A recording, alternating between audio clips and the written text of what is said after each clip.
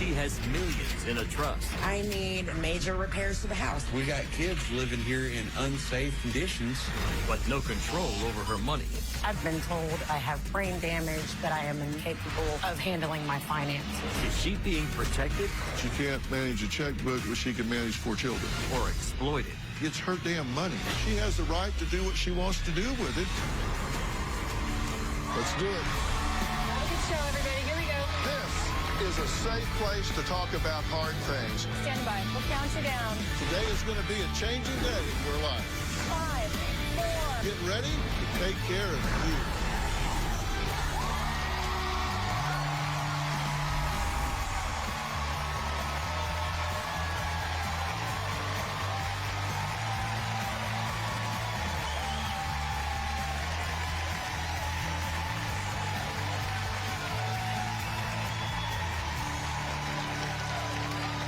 The day a baby is born is usually one of joy and elation for parents.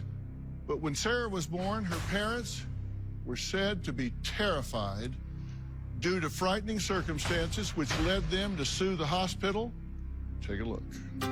When I was born in 1985, I ended up getting lodged in the birth canal, and that cut off my oxygen. So the doctor decided to do a high forceps delivery, and when he did that, he crushed the left side of my skull. My parents decided to sue the hospital for a malpractice suit, and they ended up settling for a $5.1 million settlement. Around age 2, my parents divorced, and my mom had sole custody. The lawsuit that they won for me was put into a guardianship because I was a minor. And my mom oversaw the money until she passed away when I was 15. When I turned 18, my dad explained to me that the next step was for the guardianship to become a trust. And so he had set up an appointment with lawyers that he would become the trustee. I had no attorney, had no representation. And of course, I did the natural thing, which was to trust my dad. After my dad took over, things definitely rapidly went downhill. Well, Sarah says she had no idea exactly how far downhill things went until she started snooping around and uncovered sneaky and questionable behaviors. I started digging through bank records, and something was drastically wrong here. My dad completely mismanaged my money. He had a new truck every year, dental work done, plane tickets to go see his girlfriend. I immediately had him dismissed as the guardian and trustee and asked my cousin to become my trustee. Initially, it seemed like she was helping me, but I realized she was sneaking her way into control. She never gave me cash out of the account. This has always been about control and getting paid. They're making a paycheck off of it. I called a lawyer, and I eventually agreed to sign everything over into a voluntary property guardianship, also known as a conservatorship, and it's supposed to have no end date whatsoever. I was also told that it would cut the blurring of the lines between business and family. I wanted things to be easier. The control over the money was actually tighter. Things that people take for granted, like taking out of their savings to fix things on their house, I have to get permission from a court to do that. I wanted to get a horse last year. The guardian at the time told me that I was trying to demand things from them. It was just a disaster. And then they said, we'll get you the horse, but you have to account for every penny. With everything that has been done, the people that did it to me were my family. They took advantage of the situation. It was wrong. It was wrong. Dr. Phil, what can I do? How do I get out of this? Well, Sarah, it's good to meet you. Good to meet you. Now, I understand that this was put into a trust, conservatorship, whatever the instrument was, when you were a minor. I get that. But then what was the theory under which it wasn't turned over to you when you were no longer a minor? I think part of it was protection for myself. For what reason? Because I was young. At 18, that is a lot of money for an 18-year-old to Sure. have. Sure. But you're not 18 now. Correct. I hate to bring that up. Okay. But you're not 18. Was there some theory that you had some kind of brain damage from what happened when you were born? Yes, as things have progressed, I have repeatedly been told that I am mentally disabled, that I have brain damage, that I am in no way, shape, or form capable of handling my finances. Are you mentally disabled? No, Do you have 4 children? I do. You have custody of the children, Correct. and you live independently. I do. You run your household I do. and raise 4 children. I do. Okay. But yet somebody's telling you what to do with your money. See, here's the reason I'm questioning this is because we're in America. Correct. And in America, depriving anyone of their liberties, whether it's taking someone off the street and putting them in jail or taking away from them the right to make decisions in their own life, is a very high standard. That's not something that should easily be done. We have the right to be stupid. Right. Like if you wanted to take your money at 30 and give it all to the Cat Preservation Society, we would probably, a lot of us here would disagree with that, but if it's your money, it's your right to do that. But you don't have that right. No, I do not. And sometimes that's good. I mean, but still, it should be your right. Correct. And you don't have that right. You say that you're under an instrument that's suffocating. It is. Mm-hmm. Now, you say that the judge has to approve everything given the instrument. Correct. Okay, like you live in a house and you say the house needs repair? Correct. Like what kind of repairs? It needs ceiling repairs, wall repairs, floor repairs. You need money to fix a ceiling that's caving in. Correct. My laundry room wall, the trim around my laundry room wall is molding and rotting off the wall. And have you told them this? I have. For example, when I told them about the ceiling, they said, well, let's make sure that the roof is not leaking. They replaced my roof and told me we will be back after the roof replacement to fix the ceiling. Okay. And they still have not dealt with the ceiling. Okay. Well, now, there was an award of $5 million. Now, whose money is that? That's mine. That's your money. Correct. And correct me if I'm wrong, is it your understanding that the trust, the conservatorship, whatever it's called in your state, is for your benefit? That's the way it's supposed to be. That's what I'm saying. The theory, the spirit of this is to be for your benefit. Yes.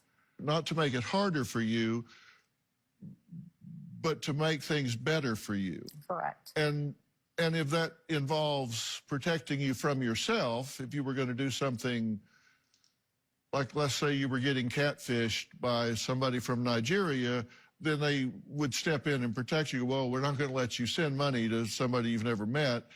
That might be something reasonable, but they're supposed to make life easier for you, not harder. Correct. Okay? And you don't think that's the way it's going? Absolutely not. You say that you've asked permission to buy a horse and that you were told that that was burdening the conservatorship. Correct. But you got the horse. Eventually, yes. But it was difficult. It was very difficult. It was almost a year-long process.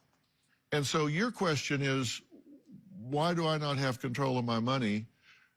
And you were tested back in 2017 to see whether or not you were impaired, and you did need somebody to help you think, help you make decisions, help you manage things.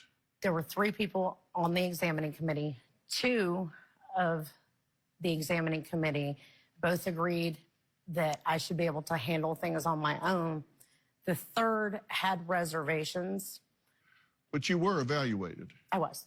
Okay, and I've seen that evaluation, and it said you were functioning normally. Yes. Well, we're going to meet Sarah's husband, Robert. He's here, and he says he feels like they're being watched by the FBI because of Sarah's conservatorship. We'll talk about that and meet Robert after the break.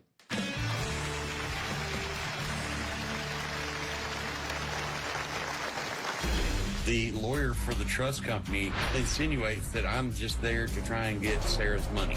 I am not a gold digger. Tomorrow.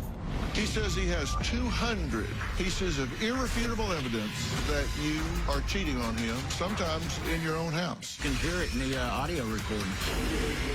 No, you can hear it in the audio recording. You call her fat, nasty, and you don't understand why she doesn't respect you. She could stop a car on the street at random and get treated better than you're treating her. That's tomorrow. Then on Monday. Every single wall has a hole in it. You have sewer flies. This is our shower. I'll get like sludge on my hands. Why are you living this way? This is absolutely criminal. That's Been controlling. I have to limit the budget that I spend on groceries. Major repairs to the house cannot happen. I need the holes in the walls fixed. I need my ceiling fixed. I need the subfloor fixed under the bathrooms. I need the mold gone out of my laundry room. I can't do any of that because they have control. I deserve this money. It's my money.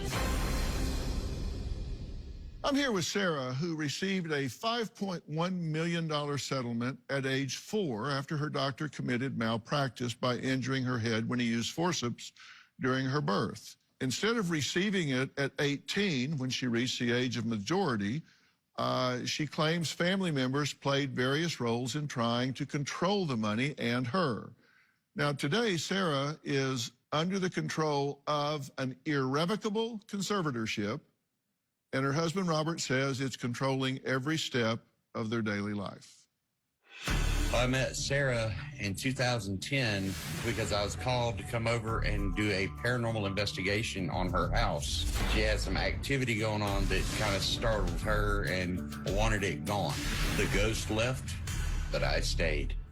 After dating her for about 6 months, she finally explained to me where her money was coming from with this property guardianship and all. Sarah and I got married on November 3rd, 2017. Sarah can't do what she wants to do with her own money. We sit down, we look at when the bills are due, and we see what we can actually get paid on time. Others we may have to put off till the next week. Right now, our bathroom ceiling is literally falling down, and I'm sorry, I don't think our kids should be living like that. The lawyer for the trust company insinuates that I'm just there to try and get Sarah's money. I am not a gold digger.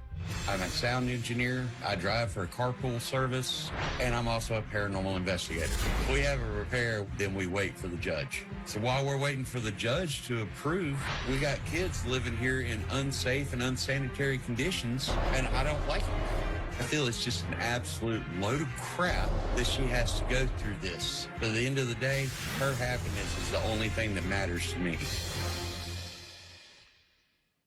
Robert, good to meet you. Thanks for being here. Nice to meet you. You think they think you're in this because she has a settlement. Correct. Okay. Well, you got married in 2017, Yes, sir. so this is the long con. They think it anyways. You think they think you're 5 years into this. If there was no settlement at all, if there was no money over here at all, would you two be able to maintain this house and your family and go on? I think so. I mean, we did the best that we could. When you have talked to them, the current people that control this, the current entity that controls this, have you asked to dissolve it completely? Yes. And as soon as that subject gets brought up, I am quickly told by the bank and the powers that be that is completely impossible, that I signed a contract voluntarily that erases that possibility. This is an excerpt of stipulated petition for voluntary guardianship of the property that was signed on April 19, 2010. It says both have had the opportunity to consult with their counsel, have voluntarily and willingly entered into the stipulated petition, and neither has been promised anything outside the terms of the agreement. Okay. Did you have your own counsel? I did. And was your counsel there when you signed it? They were. And what did they tell you? That this was the best way to protect myself as well as the finances. Protect you how? Say I was to get into a car accident and someone was to sue me, this would protect the finances that were involved in this guardianship from being attacked through a lawsuit. Right, because it would be in a trust instead of in your name. So a trust can't have a wreck. So if you had a wreck, the money would be in the trust, and they couldn't sue the trust because they didn't have the wreck. They'd sue you. Right. Okay, I get that, but you don't control the trust. I do not. I was told because I was mentally incompetent, I was unable to handle the finances. And if you're not impaired, then the spirit of the trust is violated, right? Correct. Well, what does Sarah's attorney have to say about this? I mean, clearly there's a conservatorship here, so we're going to hear from him next. And later, we had Sarah evaluated ourselves, and we're going to reveal those results when we come back.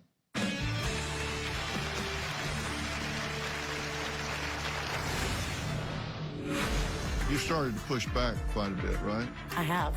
Do you think there's a money motive here? Absolutely, I do. Have a normal life. We can't be spontaneous and say we wanted to go out for our anniversary.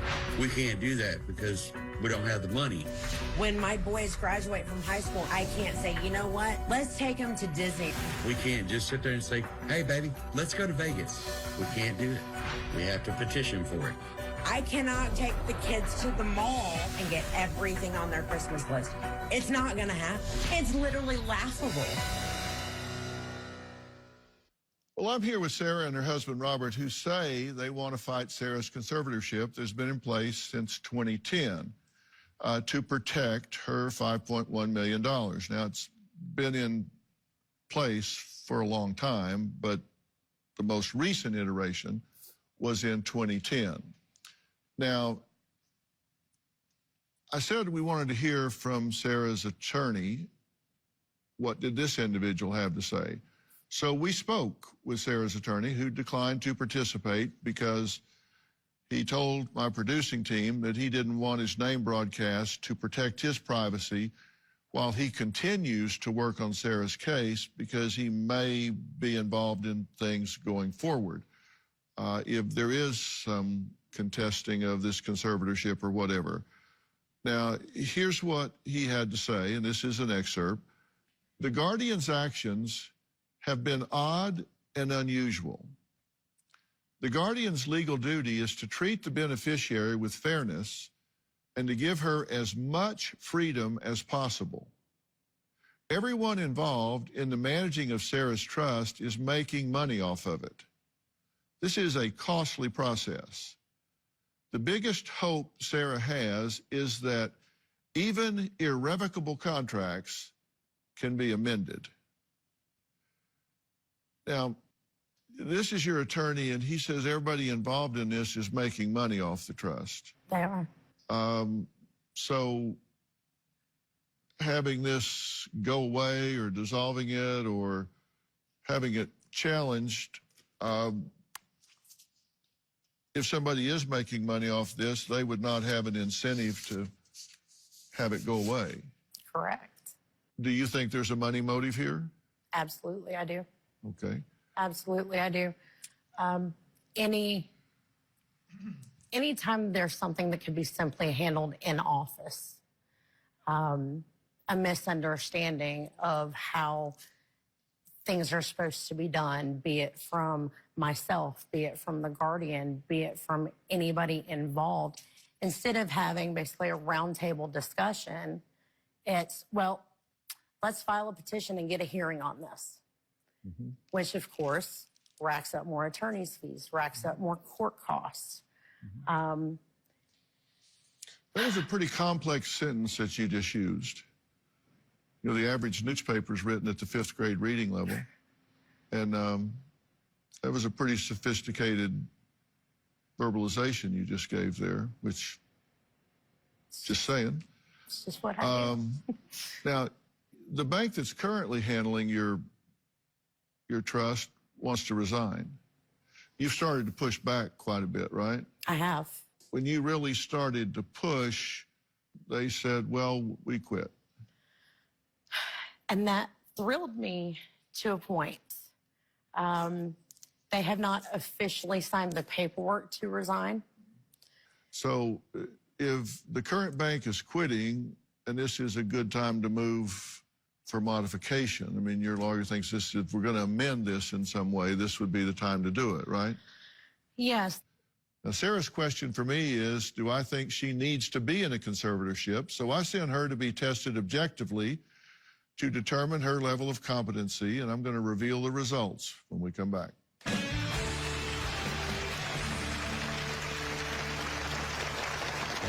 I'll be interviewing you, and in that interview, the questions I ask will tell me a lot about how you think. I'll be evaluating your eye contact, your concentration, the way you carry yourself. You want to know what Dr. Phil and I think? I do. Sarah, she's my human calculator. A few years ago, I got a full mental exam from a neurologist, and I found no brain damage. I manage 4 kids, a husband, 4 dogs, a horse, but I always am able to keep it organized. When my parents met her, they thought she was super smart and brilliant. They cannot tell me that I am mentally incapable of handling myself and my finances, ever. Well, Sarah and her husband Robert say that a strict conservatorship is preventing them from accessing what Sarah owns, her own money. Now, you think, well, why doesn't she just go out and get a job and get the money she needs to do what she wants to do? If, in fact, you get a job, that money has to go to the conservatorship, right? Correct. Yeah, okay. She told my producer she wanted a professional opinion of her mental capabilities, so we did just that. Dr. Charles Sophie, child and family psychiatrist and a member of the Dr. Phil Advisory Board, agreed to sit down and do a thorough evaluation with Sarah to objectively determine her level of competency. I'm Dr. Sophie. Sarah, how Nice are to you meet doing? you. So what we'll be doing is I'll be interviewing you, and in that interview, the questions I ask will tell me a lot about how you think. I'll be evaluating your eye contact, your concentration, the way you're dressed, the way you carry yourself, your speech. And then when I'm done those questions, we'll move to a more standardized test on the iPad. That'll tell me a little bit more about you. And so you are okay with us delving deeply into you? Absolutely. And you want these answers? I do. You want to know what Dr. Phil and I think? I do. And you're willing to take some tests? I am. Okay, so we're going to begin this testing. Do you know today's date? It is December 5th, 2021. Right. Where are you at right now? I'm in Los Angeles, And where do you live? in Pensacola, Florida. And who's the president? Joe Biden, Who was the last president? Donald Trump. I'm going to ask you to remember 3 things, and then I'll ask you later on. Okay. Lamp, table, the number 4. What are they? Lamp, table, and 4. Good. When you're thinking, do you ever lose track of your thoughts? No. And you have no problem getting dressed in the morning? No. How would you describe your mood most of the time to me? I'm usually in a good mood. If you found a letter on the ground that was stamped and somebody was going to mail it, what would you do with it? I'd put it in the mailbox for him, and You wouldn't open it? no. That's not my business. If you're at a stoplight and it's red, nobody's around, would you wait or go? I would just wait it out. Do you remember those 3 things? Lamp, table, and 4. Very good. So now we're going to do a test here on the iPad. Okay.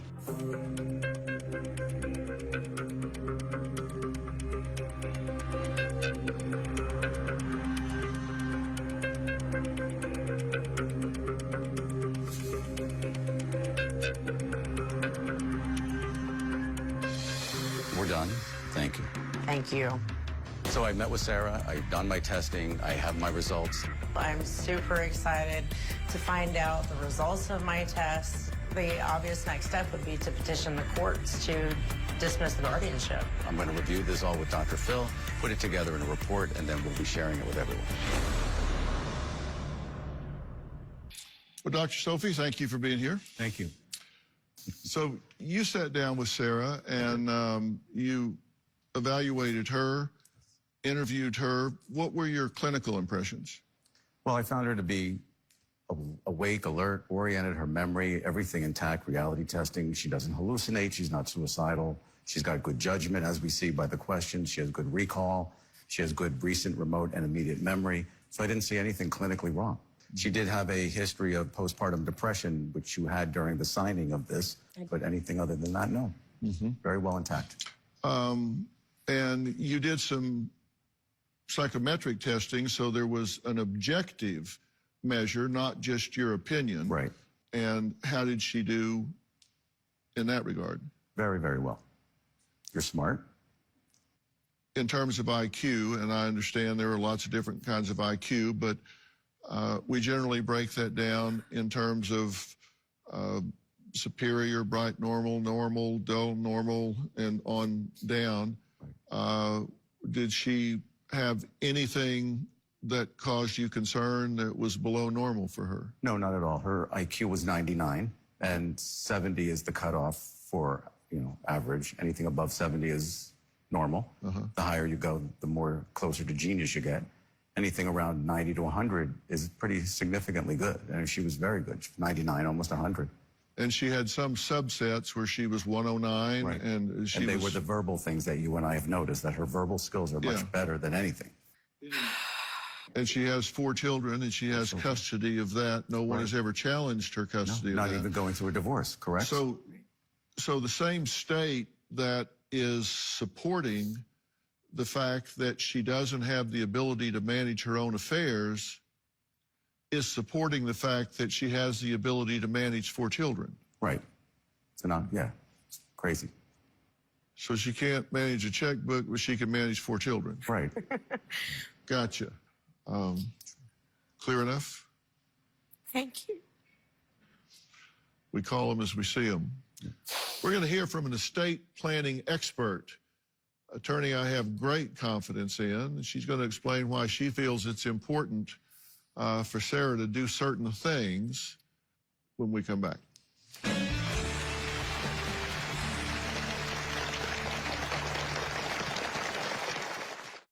Tomorrow. He says he has 200 pieces of irrefutable evidence that you are cheating on him, sometimes in your own house. You can hear it in the audio recording. So you can hear it in the audio recording. You call her fat, nasty, and you don't understand why she doesn't respect you. She could stop a car on the street at random and get treated better than you're treating her. That's tomorrow. Then on Monday. Every single wall has a hole in it. We have sewer flies. This is our shower. I'll get sludge on my hands. Why are you living this way? This is absolutely criminal. That's Monday. Closed captioning provides. Legally, it's all confusing to me. We have lawyers, but I don't understand what they're talking about. I don't know if I could get out of a guardianship tomorrow if I wanted to. We could request a dismissal, but we know that it will immediately be met with opposition. Sarah and her lawyer had suggested making me the trustee over her trust. I don't want to do that. We've already got people saying I'm trying to get her money. The only thing I know is that my property guardianship says that I am not allowed to manage my own finances.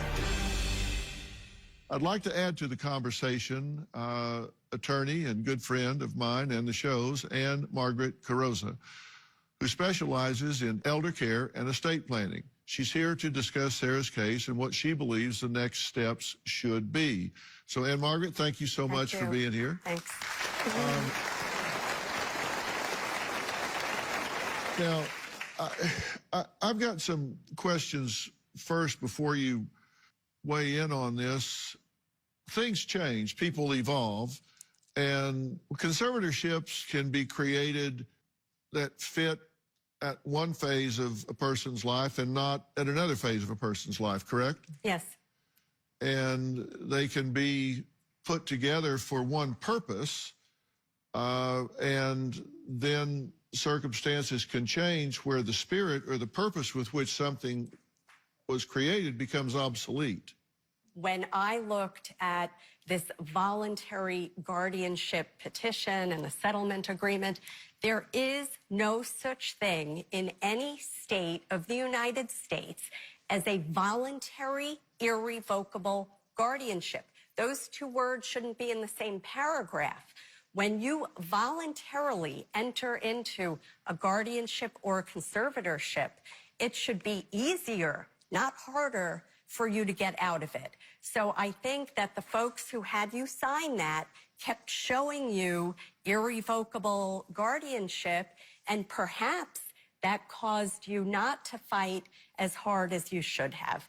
So we know that the standard nationwide for having a conservatorship or a guardianship is whether or not a person is capable of making sound decisions. Now, that should be the same standard for you to back out of this arrangement. But I can tell you as a practical matter that you need to go a little bit beyond that. You need to show them that not only are you capable of making sound financial decisions, but that you actually are making sound financial decisions. Well, I would submit it's none of their damn business. It's her damn money. She has the right to do what she wants to do with it. If she wants to go blow through it, that's her money. It's not their decision. If it was a just conservatorship, I get it. I think she should challenge the right of them to have an opinion at all. If it's a valid instrument, then they have the vote. But it seems to me if it was set up because she's incompetent, she's not incompetent. So there are two parts here. One is the legislative side, and I served for 14 years as a New York State legislator and was involved in writing guardianship laws, so we studied them all across the United States. And whether we call it a conservatorship or a guardianship, it's supposed to be of the least restrictive means available. That is clearly not the situation you're dealing in. And I am not suggesting not to, raise bloody blank, but as a practical matter, we want to get you out of this darn thing first, and then you have recourse. The laws of all 50 states say that a guardian has personal responsibility. If they were not watching the hen house and the financial advisory firm was raping the guardianship assets in fees, they're going to have to pay you. And I want to be very clear. We have absolutely no evidence whatsoever that any of the guardians here were doing anything improper in this whatsoever. I'm just saying that question should be asked. But I'm not suggesting they have, not saying they have, don't know if they have. But I'd certainly find out. Definitely. So you have our opinion. You asked for it. You now have it. Thank you. Okay? All right. And Margaret, thank you. Thank you. All right. Next, we're going to meet a man who wants to know if putting his wife of 16 years under a conservatorship is a good idea. We'll hear why next this summer by going to drphil.com, because summer is no fun when you're hungry.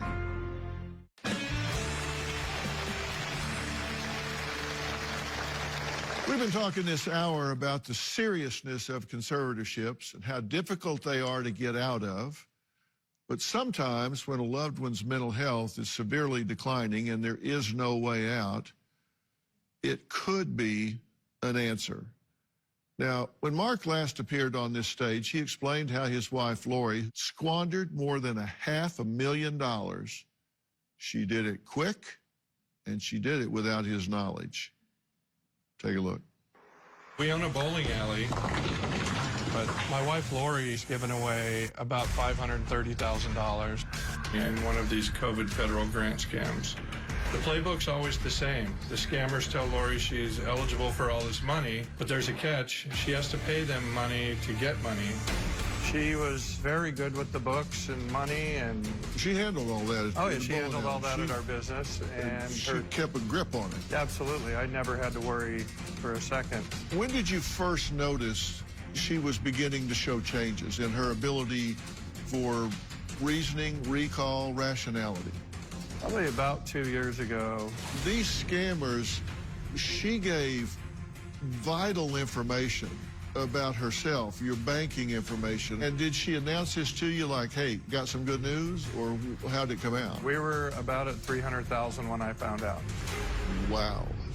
Did it ever make sense that you would somehow send $500,000 to get 50? I don't know. She kept guaranteeing me I was going to get some money eventually. How's your memory?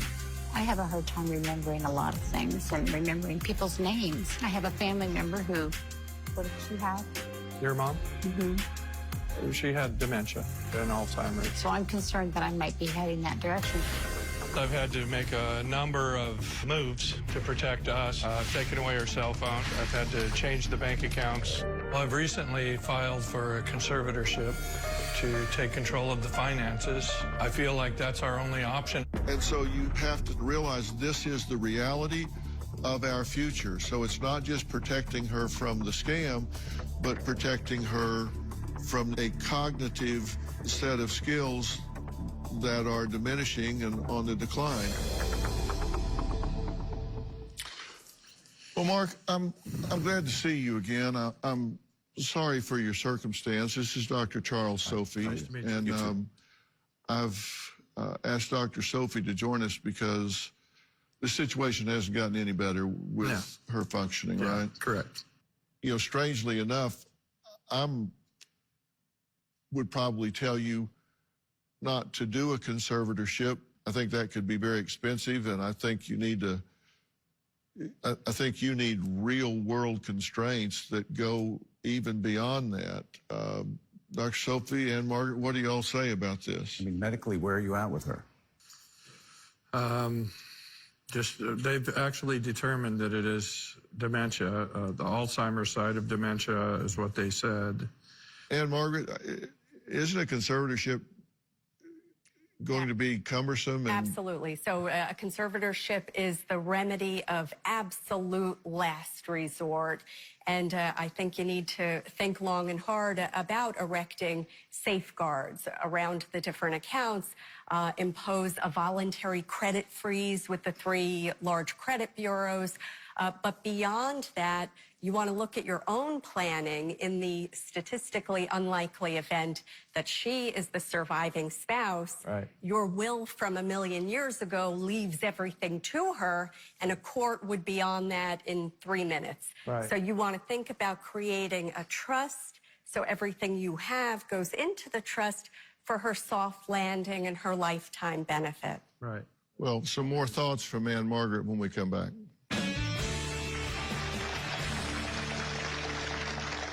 Are you concerned about some young children in your life? Do you fear their caregivers are making unsafe choices or even worse?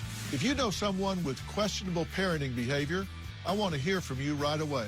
Either log on to drphil.com and click Be on the Show. Margaret, Mark is very concerned about his wife who is suffering from Alzheimer's. And Margaret, you mentioned that obviously he needs to modify the will.